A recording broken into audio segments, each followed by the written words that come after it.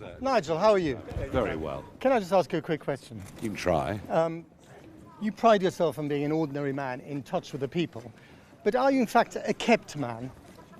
I'm fighting a European election campaign. You can bore on with whatever you want to It's bore a on. legitimate question about the money that you were paid by Aaron Banks between 2016 and 2017, funding your lifestyle and your political operation to the tune of almost £500,000 that year. 3 or 4 times that, I'd have thought.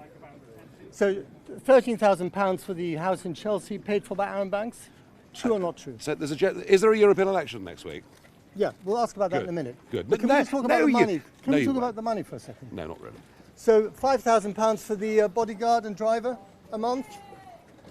£13,000 for the house in Chelsea a month? You said in 2017 that you were skint, that there was no money in politics, but there clearly was quite a lot of money in it for you, wasn't there? Yes or no? Why do you want to talk about these things? I mean, none of this is illegal, but this is important. You're running for public office. It's a matter of transparency. It certainly is. We've got a democratic election next Thursday, which is all about democracy, and you won't even talk about it. You rail against the elite, the metropolitan elite in London. I rail against people like you. You're Exactly. quite right.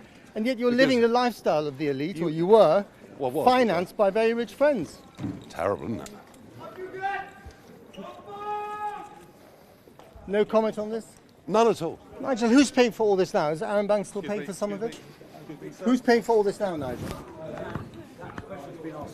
Nigel, one more time, just for the record, who's paying for this operation now, for all your bodyguards? Russians.